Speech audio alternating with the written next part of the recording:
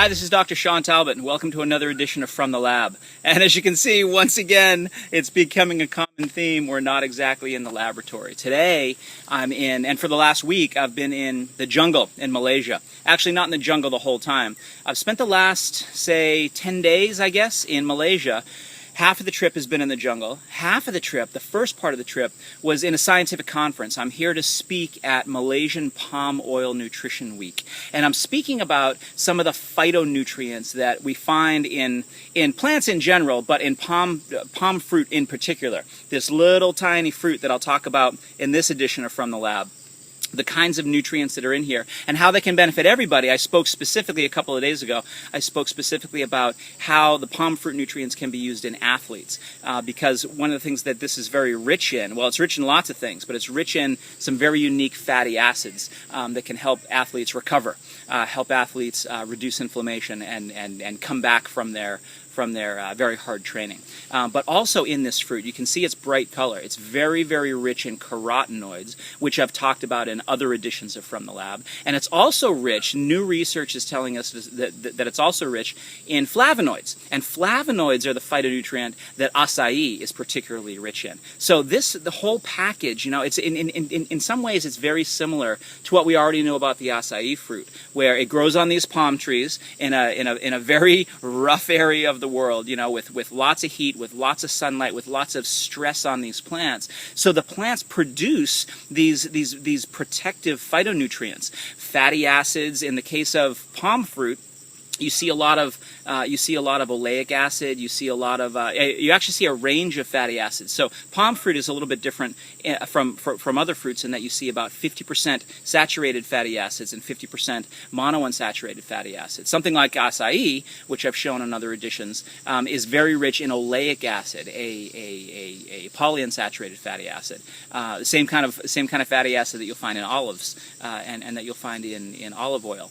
So this blend of fatty acids is really unique because it can help in different parts of the body. Just like when we talk about the antioxidant network, where different kinds of free radicals are fought by different kinds of antioxidants in different parts of the body, you see the same kind of an idea with different kinds of fatty acids. You actually want to have a blend of different kinds of fatty acids in your diet. You want to have some saturated fats and some monounsaturated fats and some polyunsaturated fats. And this palm fruit is a good source of those. But I'm really most interested in this from the phytonutrient perspective, where we're looking at the carotenoids, we're looking at the flavonoids, we're looking at the phytosterols, we're looking at the tocotrienols, which are a very unique type of vitamin E.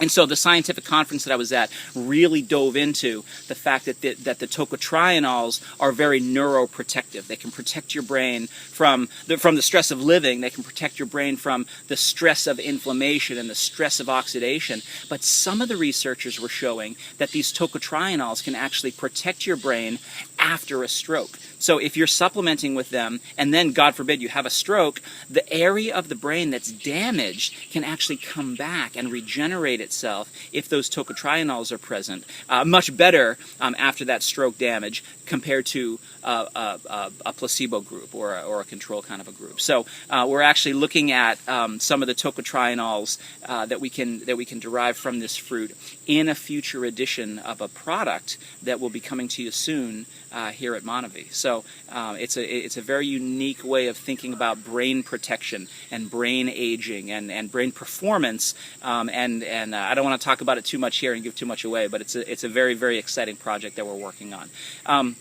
So a couple of other things about my trip here. You know, we spent a bunch of days talking about the science of tocotrienols and carotenoids and flavonoids, and it really impressed me that, you know, researchers from around the world are doing a lot of the same kinds of findings. We're finding that these nutrients from the tropics can be used to address all of these health problems that we have in the modern world.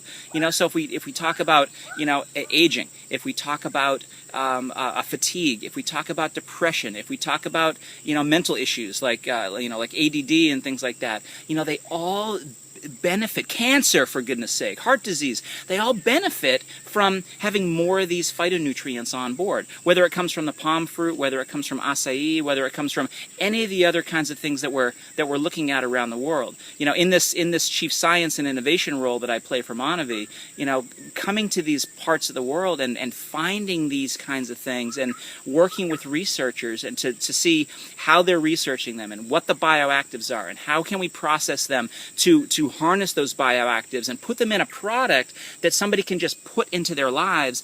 That's what's really exciting about this position for me. You know, so I spent a day with researchers from MIT, Massachusetts Institute of Technology, talking about this very, very new patented research on the flavonoids that a lot of us didn't even know existed in this fruit. So, you know, I did the science for a few days, and now we're out in the rainforest, seeing actually how these fruits are grown, how they're harvested, how the sustainable agricultural practices can help keep this fruit coming to us in a way that we're always going to be able to have access to in a way that is good for the planet, that is good for the local indigenous people. You know, I was talking to some people from the Malaysian Palm Oil Council, who is a government oversight board that really manages the plantation structure here in Malaysia. And one of the things that I found so interesting from these people is that one of their statistics is that about 40% of the palm fruit harvesting comes from family farmers. You know, the people who have, you know, 10 or 20 or 30 acres of palm fruit trees, they'll harvest the fruit and they bring it into, you know, sounds like kind of like a collective where they'll bring it in. They'll sell it to somebody who's bringing all of these small family farmers together, and they'll get their price, and they'll be able to use that money to go back and support their family and support their farm and those kinds of things. What struck me is that it's very similar to what we've already seen for the acai palms in the Brazilian rainforest, where I was several weeks ago, where these very small farmers, these subsistent farmers, are using the plants, using the fruits to not just nourish themselves, but to provide for their families. 40% of all of the palm fruit agricultural and funding goes through these family farms. You know, so that's amazing, because what that says to me is that those people, those farmers, want to take care of their trees. They want to take good care of their land so that they can take good care of their families. This is their business. This is their livelihood. They're not going to be doing what we hear happens in some other countries outside of Malaysia, where there's clear cutting of the forest, where there's you know, deforestation so that they can get rid of these palm trees and grow other stuff. They can grow vegetables or you know, those kinds of things. Exactly what we've seen in the Amazon rainforest, we're seeing here in the Malaysian rainforest, where the people have realized, wait a minute, I can make a business with this tree. There's no reason for me to cut this tree down and replace it with something else. There's an outlet, there's a market for these phytonutrients in these fruits that I'm growing. And so just like what we've seen in the Amazonian rainforest, people now are preserving those acai palms. Here, they're now preserving these red palm fruit trees. And it's interesting to see the trees. Once they're mature, they will produce every 2 or 3 months. They'll produce a giant fruit that has many of these on there, and they'll do that every 2 or 3 months for 25 years. So you really can't get much more sustainable than that in terms of growing these fruits, having them produce beneficial phytonutrients, having a market to sell that into. MonaVie is just a small part of the global market for these phytonutrients that's going to be growing and growing and growing as the world population ages and needs to have more energy and needs to have better health and needs to have access to these phytonutrients. So it's amazing that no matter where I go in the world, I'm seeing this same kind of idea,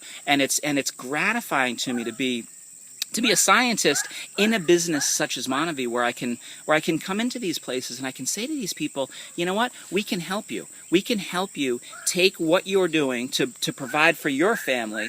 We can put it into a product and bring it out to the world, and those people, our distributors, can use those finished products to provide to their families. It might sound a little corny, but it really is gratifying to be that middle person from a scientific perspective, to be able to look at this little fruit, talk to other scientists, put our heads together and say, Now what can we do? Now how can we take the beneficial phytonutrients and all the research that we've collected, how can we now apply that on a global basis to improve how people feel and how they function and how they live their lives? That's really what this is all about. It's really cool to go out here and spend some time in the rainforest and meet these people and share some meals with them. And you know, everyone likes to see monkeys running through the trees. You can actually probably hear some of them hooting and hollering around behind me. That's all really cool from an experience perspective. But when I get to be back, when I get back to the laboratory and we can say, okay, this is what we've done for acai, let's use this as a model to do the same thing for other phytonutrients we can find in jungles and